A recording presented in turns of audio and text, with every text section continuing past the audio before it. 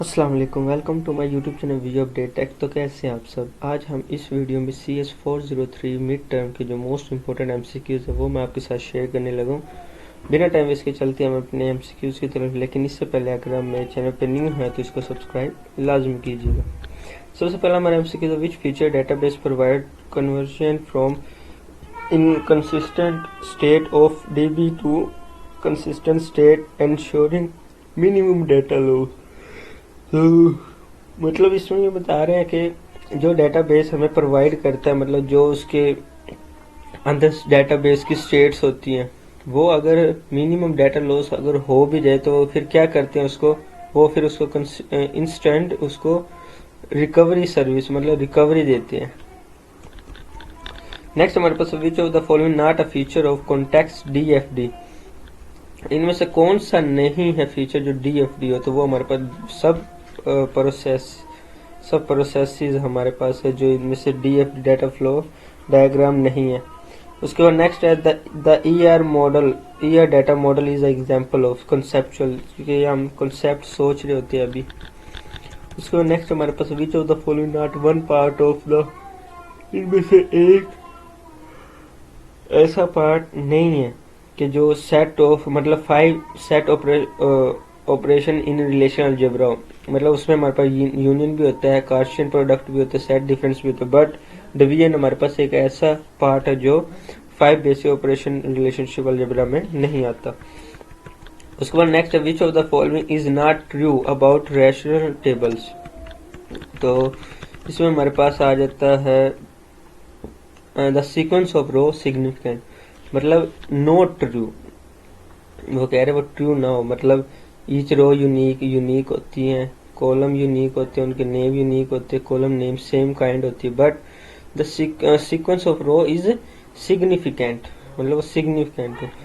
Next, in conceptual model of university what type of relationship exist between grade and student entities.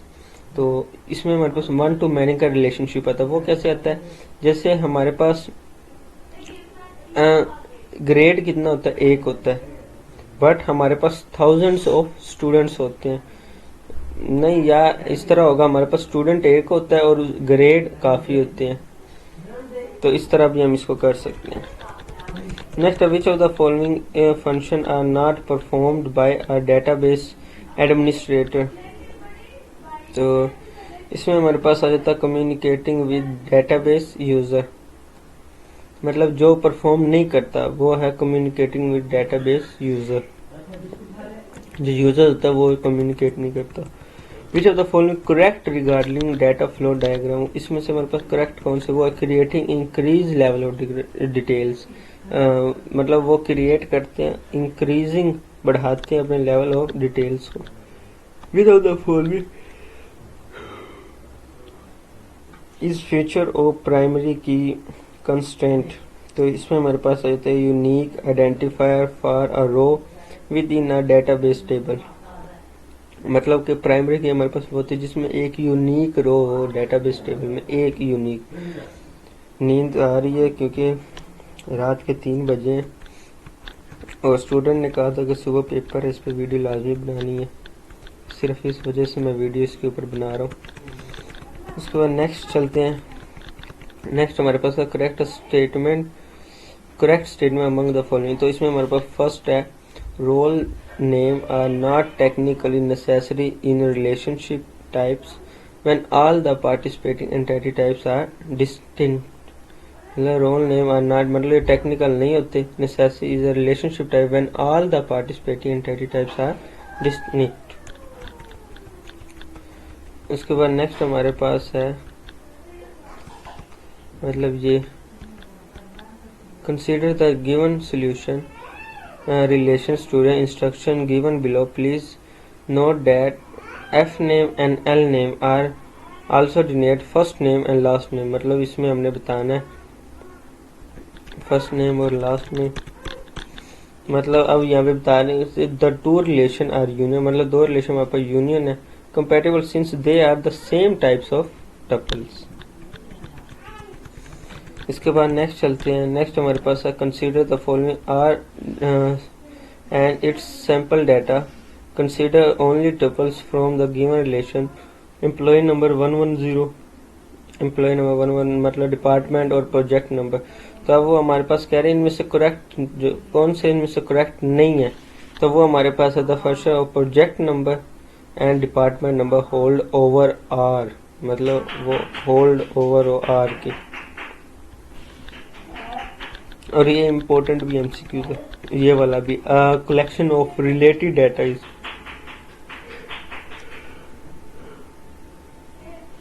Mean जो data को हम मतलब जो data हम collect करते हैं डाटा, वो हमारे पास एक डाटाबेस होती है। मतलब जो भी चीज़ हमारा डाटा होता है ना, मतलब कोई भी हम डाटा है जो हम कलेक्ट कर रहे हैं किसी भी चीज़ का, वो हमारे पास डाटाबेस कहलाएगी। A collection of concept that can be used describe the structure of database. तो कंसेप्ट हम उसका मतलब एक क्या करते हैं, स्ट्रक्चर बयान कर रहे हैं उसका डाटाबेस का, कॉन्सेप्चुअल, और हम कलेक्शन करते हैं, वो हमारे पास एक डाटा मॉडल आता है। नेक्स्ट है a type entity. Entity type is coherent set of similar objects that we want to store data. Coherent set similar subjects that we want to store data of student courses and का। इसके बाद next हमारे पास है in an ERD the focus is on the dash and the relationship between them.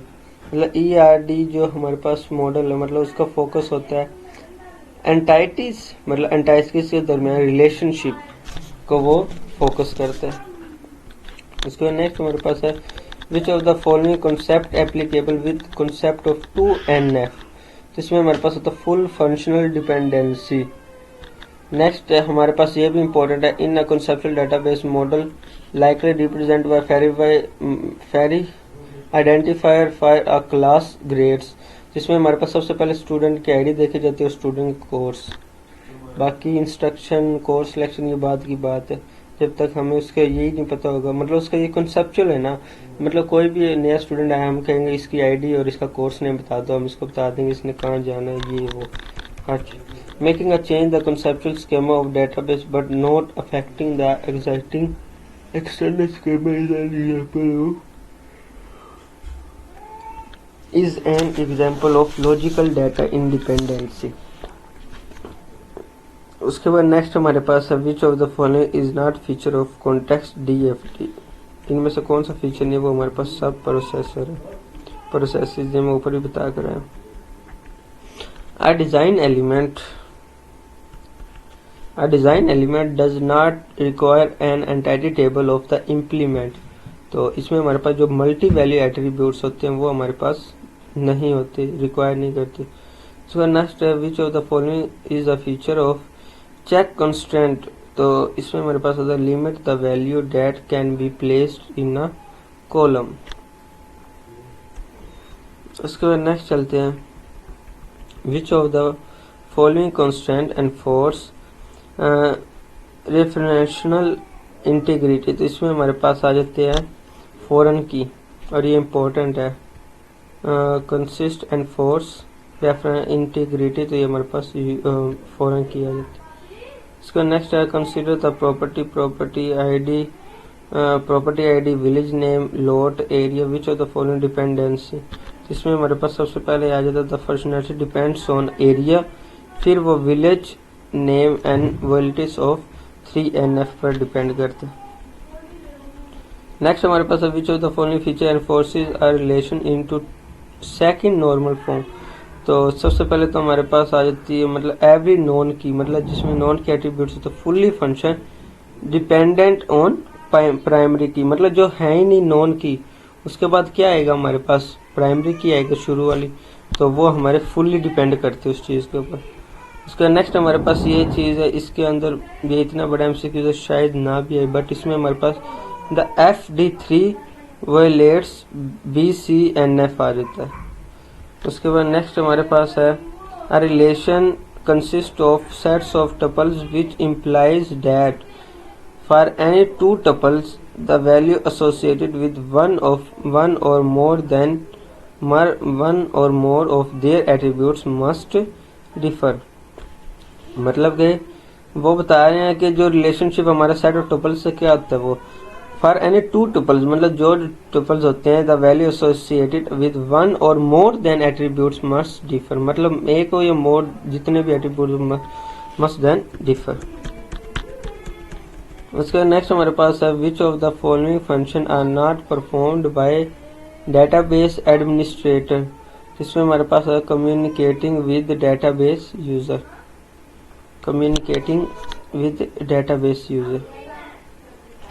इसके बाद next चलते हैं। नेक्स्ट हमारे पास है which of the following correct regarding database. तो इसमें हमारे पास आ जाते हैं creating increase level of details. उसके बाद नेक्स्ट हमारे पास है इतना बड़ा MCQ, consider the following statement a conceptual schema result conceptual design logical description of all the data elements of the relation. इसमें हमारे पास बी और सी जो है ना वो हमारे पास इसका करेक्ट है। Next which of the following are true the relation model. तो constant is a true restricted the value of database, ये हमारे पास ट्रू है। Which of the following feature of foreign key. तो इसमें हमारे पास जो फॉरेन की का फीचर है वो हमारे पास होता है use to enforce referential integrity. उसके बाद नेक्स्ट हमारे पास ये फॉरेन की वाला गेन आ गया और इम्पोर्टेंट भी है। with following the constraint prevents any action that would destroy links between tables, जो tables के दरमियान links को destroy करता है। consider data value वो हमारे पास foreign की होती हैं। which of the following function are not performed by a database administrator। इसमें हमारे पास communicating with database user आ जाएगा। which of the following statement is correct with respect to entity integrity। इसमें हमारे पास entity integrity constraint specified that no primary key value can be null. Next चलते हैं। Next हमारे पास है which of the following correct way to implement one to many relationship design करे table. One to many relationship में हमारे पास दो tables हैं, एक हमारे पास प्राइमरी की एक फॉरेन की रिलेशनशिप मतलब प्राइमरी की एक होती है फॉरेन की हमारे पास मल्टी होती है। जैसे हमारे पास स्टूडेंट एक होता है बट बुक्स हमारे पास ज़्यादा होती है, तो वन टू मैनी रिलेशनशिप हम इस तरह बना सकते हैं। ये हमारे पास एमसीक्यू अगेन रिपीट हुआ है। The two relations are union compatible since they are the same types of tuples.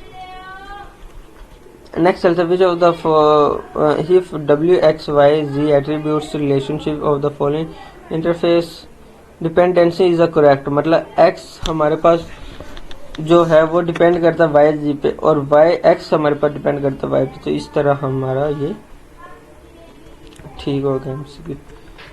Next है which of the following is not benefit of the normalization. तो मैक्सिमम रिडंडेंसी से हमारा नॉर्मलाइजेशन को कोई benefit नहीं होता। A collection of related data is database important है ये। Who is responsible for authorizing access to the database for coding and monitoring its use मतलब जो एक्सेस देते हैं हम डेटाबेस की मतलब जो उसको यूज करे उसको मॉनिटरिंग करें या कोऑर्डिनेटिंग करें वो हमारे पास डेटाबेस एडमिनिस्ट्रेटर के अंडर सब कुछ होता है। A dash relation exist when association is maintain with in a single entity. तो इसमें हमारे पास यूनिटी आ जाता है। अ unity relationship exist when an association is maintain with in a single entity. Unity हमारे पास एक सिंगल एंटिटी होती है, टर्शियरी हमारे पास 3 होती है, बाइनरी 2 और वीक फिर होती है वीक है। A dash entity primary key is a totally derived parent entity the relationship, तो ये हमारे पास weak आ जाएगा। The property of dash enables of entity subtype inheritance attributes and relationship of a subtype, तो ये हमारे पास inheritance आता है। नेक्स्ट चलते हैं has part of database naming convention attribute name should use suffix such as id number code for a, ये हमारे पास एक प्राइमरी की होती है। Database management system operating system applicable and